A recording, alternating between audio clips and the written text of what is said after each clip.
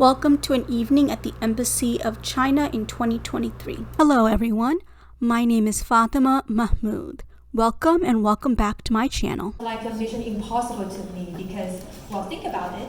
How can you tell the story about a civilization with 5,000 years of history? Well, then I think I'll just choose a small piece and let you have a sip of it. And that brings us to our today's topic, Chinese tea. Tea has become our lifestyle for quite some time. Thousands of years ago, by the hands of Chinese people, the magic leaf was brewed into a delicious drink. And it has also become an asset to the whole world. For the history of how it became very popular at home and around the globe, I would like to share with you a short video first. Now, let's take a look. Divine farmer, Shen Nong, accidentally poisoned himself 72 times. But before the poisons could end his life, a leaf drifted into his mouth. He chewed on it, and it revived him. And that is how we discovered tea. Or so an ancient legend goes, at least. Tea doesn't actually cure poisonings, but the story of Shen Nong, the mythical Chinese inventor of agriculture, highlights tea's importance to ancient China. Archaeological evidence suggests tea was first cultivated there as early as 6,000 years ago, or 1,500 years before the pharaohs built the Great Pyramids of Giza. That original Chinese tea plant is the same type that's grown around the world today, yet it was originally consumed very differently. It was eaten as a vegetable or cooked with grain porridge. Tea only shifted from food to drink 1,500 years ago, when people realized that a combination of heat and moisture could create a complex and varied taste out of the leafy green. After hundreds of years of variations to the preparation method, the standard became to heat tea, pack it into portable cakes, grind it into powder, mix with hot water, and create a beverage called mocha, or matcha. Matcha became so popular that a distinct Chinese tea culture emerged. Tea was the subject of books and poetry, the favorite drink of emperors, and a medium for artists. They would draw extravagant pictures in the foam of the tea, very much like the espresso art you might see in coffee shops today. And in the 14th century, during the Ming Dynasty, the Chinese emperor shifted the standard from tea pressed into cakes to loose-leaf tea. At that point, China still held a virtual monopoly on the world's tea trees, making tea one of 3 essential Chinese export goods, along with porcelain and silk. Today, tea is the second most consumed beverage in the world, after water. There are almost as many ways of preparing the beverage as there are cultures on the globe. Well, I hope this video helped you get a little bit more knowledge about Chinese tea. And today, you can find that 60 countries and regions produce tea, and more than 3 billion tea drinkers are all around the world. And you may not know that tea can also be found in 80% of US households. So it means that some of you are already tea lovers. Or if coffee and soda are still part of your life, I would like to encourage you to try more tea to start a healthy life. Because many studies have shown that tea could help to boost your immune system and help to fight off inflammation. Now, you may wonder, what kind of tea should I begin with? Well, let's take a look at the tea categories we have. In China, there are mainly 6 kinds of tea, and we name them after the color. So we have green tea, white tea, yellow tea, blue tea, or we also call them oolong tea, and black tea and dark tea. And trust me, they're all great. So their tastes are varied because of their processing techniques. Well, it may look like sophisticated, but it's not that much because we only need to appreciate this aroma and taste. So to me, all these processing techniques are just like magic. I think the world would agree because in 2022, China's traditional tea processing techniques and associated social practices were included into a UNESCO list. So no matter what kind of tea you prefer or what kind of tea ritual you follow, the aroma and the taste of the teas can always bring pleasure and joy. So I believe that if you want to know more about Chinese people, you need to try more tea. And to find how we stay in harmony with the nature, and to find out by yourself why harmony is a very essence of Chinese culture. And now I would like to invite to the stage one of our tea master, our special friend, Master Zhang Yunhan, and he would like to demonstrate to you the proper way to make a brew of tea. Now the floor is yours. UNESCO World Heritage Sites. Most of our black tea fields are in village of Tongmu, that is the birthplace of black tea. Most of our oolong tea fields are in Wuyi Mountains. That is also a very important historical oolong tea producing area. So today I'm going to demonstrate how this works. So what we have here is a very straightforward, we even call it simpler setup. Usually when we do tea at home, depends on where you are. For example, where I'm from, southern Fujian, we will have this entire table as a tray. You will have the drainage, you will have the water cooking, everything. But today, the tray is here. This wooden piece, I don't know if all of you can actually see. This holds most of the teaware, as well as a little drain that goes into this box. Then a set of teaware that comes in 3 major parts. The first part is the tea making tool. Today, you will most likely like this, a gaiwan. The naming of gaiwan is very straightforward. In Chinese, we say the lid is a gaizi, then the bao or the cup is a wan. So today, together they are gaiwan. Despite the look, we don't actually drink from this. This is for making tea, so you can view this as a teapot. Then the next major thing is a pitcher, or in Chinese we say gong dao bei or cha hai. It comes in various shapes, colors, and materials. The purpose of this one is to temporarily hold tea, then to share tea into teacups, such as these teacups. Chinese drink tea from smaller ware, smaller ceramic cups, because we can actually make ceramic very small. There is a reason why we're called China after all. There are 2 benefits of smaller teaware. First is after you pour, you can actually drink, because tea is very hot. And tea is very hot, and after you pour, you can just take it in. You don't need to wait. The next thing is it's easier to pass it around. Now, from here, this is a very basic setup. From here, we can add accessories, such as the tool accessory. This toolbox includes things, for example, picking teacups up and passing it to the guest. Then we have these bamboo tools, such as this one. The purpose of this one is to showcase the leaves. Now, of course, we also have the sniffer here. Now I'll show you how we actually make tea. Most of the tea we drink, such as oolong tea and the black tea, they come in smaller packages like this. For oolong tea, 1 standard serving is about 7 to 8 grams. For black tea and white tea, it's usually 5 grams. In terms of why this specific number is usually because the teaware we make is this type of size.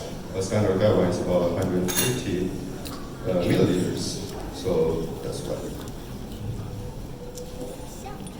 Now what I have here is water at boiling temperature in Fahrenheit, that is 212 degrees. Here I want to emphasize the importance of the quality of water. Here in the States, especially in this area, our water is very, very hard. So tap water is not exactly suitable for making tea. I would always recommend you use filtered water or bottled water. Surprisingly, brands like Deerpark work great. Another thing is temperature. I understand many of you have been told that different tea categories require different temperatures. In reality, when you have very good quality tea, everything but green tea requires boiling temperature. If the quality of the tea leaves are very good, you can take boiling temperature water. So what I have here is water. I slowly pour it in.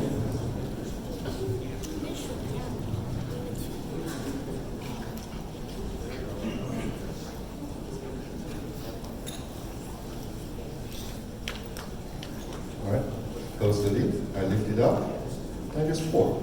There is no steeping required. All the good quality black teas and oolong teas, they produce tea nearly instantly.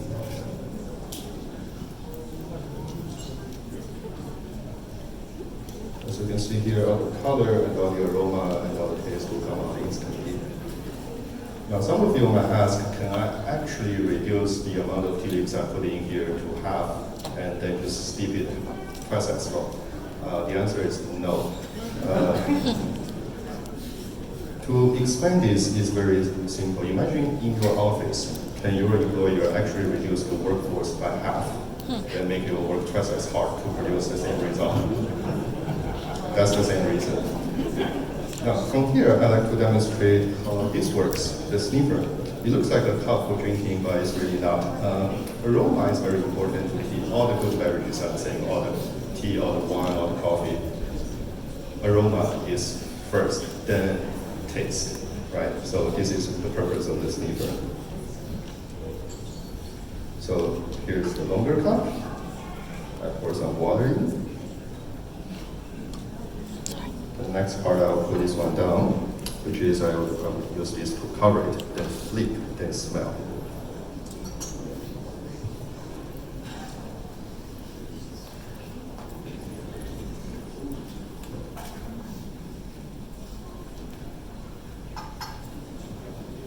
And I will slowly lift it up.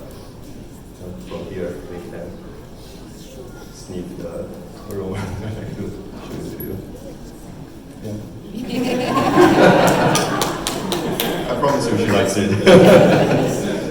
Right. So next I'd like to actually invite a volunteer to try using this type of teaware to actually make a good cup of tea. Now to hold this is very straightforward. If you Google, if you see videos on YouTube, many mistakes people make is that they will try to grab it like a mug. Now the problem with this one is there will be very hot water inside, so if you grab it like this, you'll get burned. Now to hold this, the easiest way is actually to use just three fingers. You will use your middle finger and your thumb to actually snap it at the top, right? Then you can lift it up and put your index finger on top of it so that you can hold this lid without moving. Now when you hold the cup, make sure the lid gives it a little bit angle. That's why we want to make it easier to pour. Now I'll let you try to hold it first. Yeah, lift it up so everyone can see. That's how we hold it. Very good.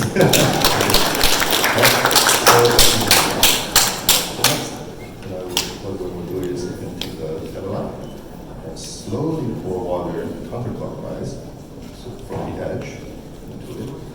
All right, good, good. Until all the leaves are submerged. That's good. All right, let's set it down. I'll close it. Then you can lift it up and just go 90 degrees up there. All right. Very hot. Yeah.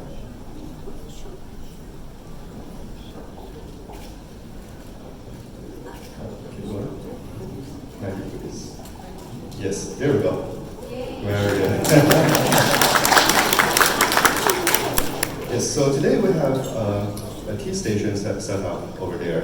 Later on we have 5 different teas, 3 different oolongs and 2 different black teas for you. So yeah, if you like a cup of tea, feel free to stop by there after the performance. Thank you so much.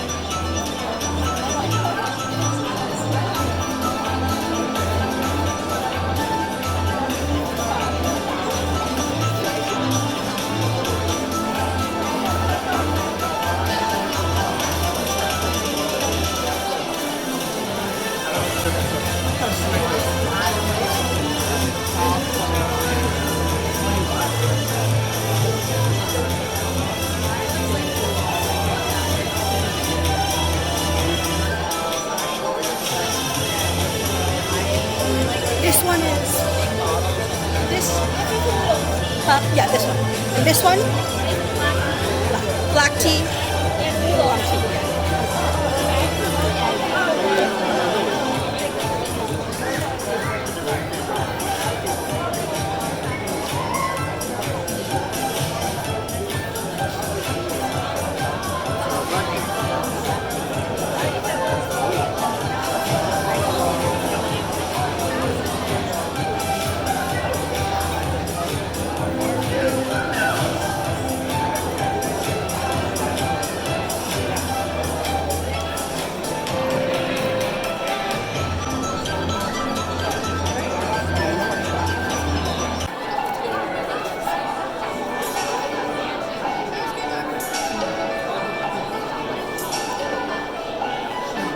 Black tea, oolong.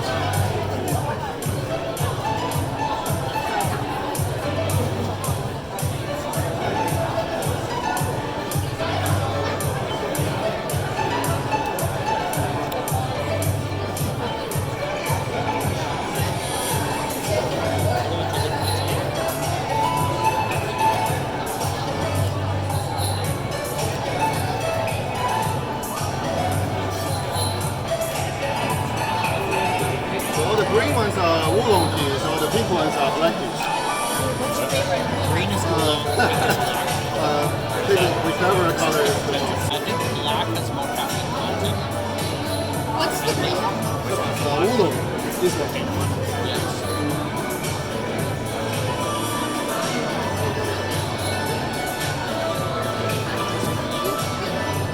The pink one. They both have the green, so we can put me. I might be wrong. Thank you for watching my video. I'd love to hear from you on email at fmahmood@wellesley.edu. You can also find me on LinkedIn at that address. And if you do send me a connection request, please go ahead and send me a note. Before you go, please like, comment, share, and subscribe to my channel. I'd really appreciate it. And please go ahead and watch my next video. Thank you.